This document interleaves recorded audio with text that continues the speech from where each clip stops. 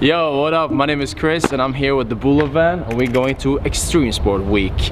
We got some free shit, so if you want some free shit like this, some Bula gear, subscribe or just keep on watching. Something will happen maybe. We don't know, do we? I don't know. Hey, hey, hey! Hey, hey, hey! Let's go van tour!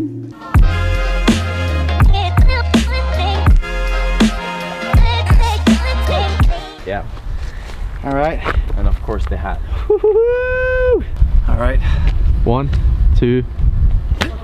We ready? Okay. I didn't know he knew magic. I'll teach you. We ain't got much time, so let's get this bad boy on the road. Oh yeah, let's do it. Come on.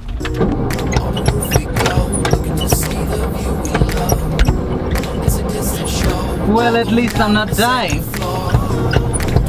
Shouldn't have said that. Let me know if I'm justifying my time. Yeah, yeah. Rolling, I can never get enough. I've been up too long and I way too drunk. But we straight up in it and we feeling lifted and we gonna get it, so we feeling vivid. So we zoning to the morning every time we get up on it. Trying to get so high, but we ended in the low. And ooh, I'm feeling your vibe. You ready to go? You ready to ride? Give it to me now. Oh, little mama, she stole my shine. Way too fly, let me get behind. Oh, little mama, I dig your steez. What I gotta do to get you down on your knees, eh? With these beats I breathe on my sweetheart. Colorblind, they all shining neon. Feel free to fall in love with these songs. Go down for the night while we right our wrongs.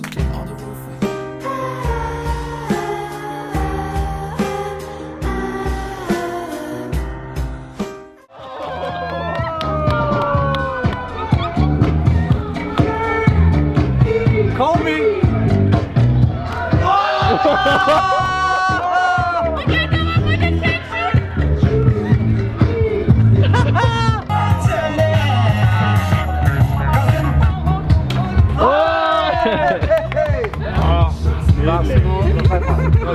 So we're at Geilo Ski Paradise in Norway. Just having some fun, throwing some sandbags, having a good time. What is he be dancing? But it's good times, you know. Come on, Herman. Oh. Jag var skyldig på dig. Lite massage där.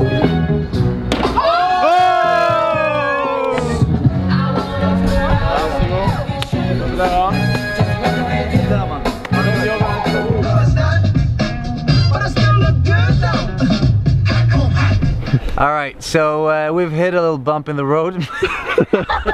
We didn't hit any bumps. I hit a bump. Okay, so we just drove down from this mountain and we did some dancing. And my phone's gone. Somewhere in there, my phone has danced its way out of my pockets. So we need to drive back up the mountain. Yep. It's like 50 meters and we're there. And then you have your phone back. Yeah. If we can find it.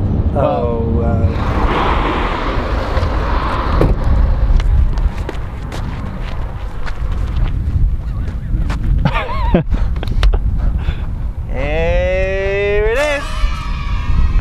Woo! Sweet, sweet phone. My girlfriend tried to call me. Great. Oh, Instagram. Oh, Hello. Hello, old friend. As you see here, It's a wild Stian. Who's got a phone? I got a phone. Who's got a phone? This guy's got a phone.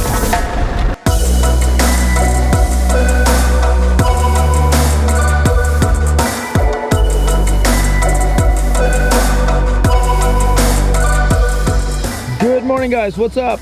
What's up? We're here at Voss Vind. We're gonna fly today and Stian here has never flown before. Now this is the first of many firsts this couple of days.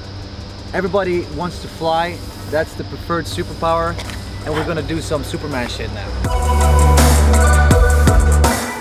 What do you think? It just looks like the most wonderful feeling in the world.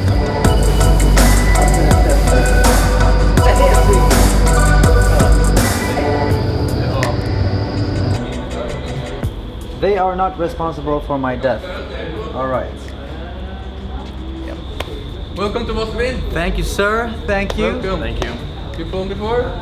Never. Never. Okay, Yes, let's get I have. dressed up. And you have? I have. One? Yeah. Sometimes, but I'm still a noob. Okay, so no more introduction, just have you flown before? No, let's get dressed up. Yes. No foreplay? No foreplay. All right. We go straight on to the business. Okay, all right. They say that the face you make in a wind tunnel is the same face you make when you got food poisoning. We'll see about that.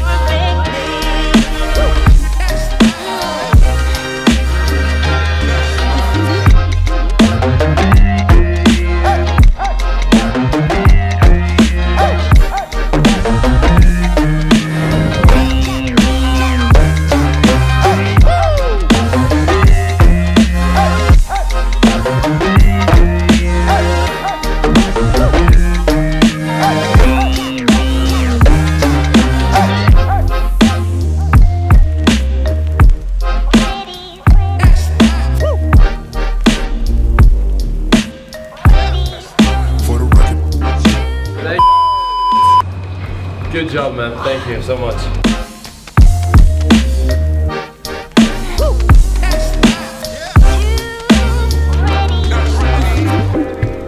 So, Fredrik, tell us what's up. Gonna do some human bowling. So the setup is, this is the slingshot. I've been working on it for probably a couple of years, and this is the first time we're gonna try it. And this is the Bula, whatever you call it, slide. And we have some of those bowling cones that you're gonna hit and see how many they can get down. Vilket kul jobb du fick då. Ja, det var jättekul. Jag gillar det. 2, 1!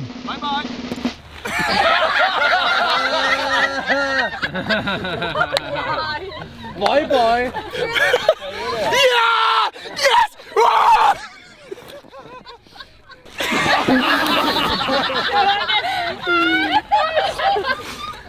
Det skulle gå så raskt.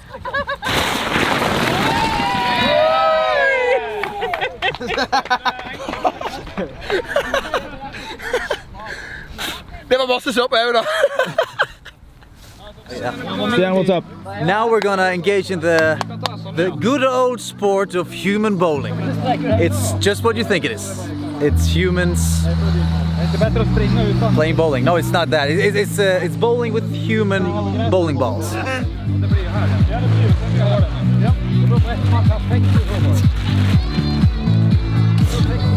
Så Stian? Huh? Nei, jeg ser ingen trusler fra det andre laget. Okay, få se teamet her nå. Okay. Det er Team Sixpack. Okay, boys, what's the game plan? Win. Knock out those something. Game plan is knock down the pins and burn our skin badly doing so. Okay, here's the coach for the Bula boys team. What's your thoughts? It's gonna be easy. No doubt we have the best team. The most fired up boys. You're gonna get this. And here we have the legendary Paul. Yeah. What's your game plan? Just listen to Klaus and do what he says. Benjamin? More speed. Speed? Speed over style? Yeah. Speed over style. Fosse? Accuracy. Accuracy? Yes. Alright, Emil? Spin it to win it. Alright. Trendsetter, I got style for you. Ain't seen you at the top, it's been a while for you. Big you up and they look down on you. Take one loss, no one's around for you. I won't stop, no, no, no, no, no. I won't stop, I won't stop.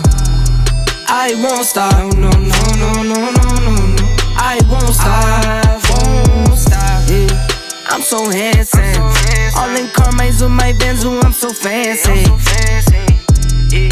No, I'm messing. Got got my baby and she right, she make you vanish. No time to play, got book dates. Had a plan, only had to wait. It's been a long ass day. I've not stepped out of my comfort zone. I've blasted it to bits.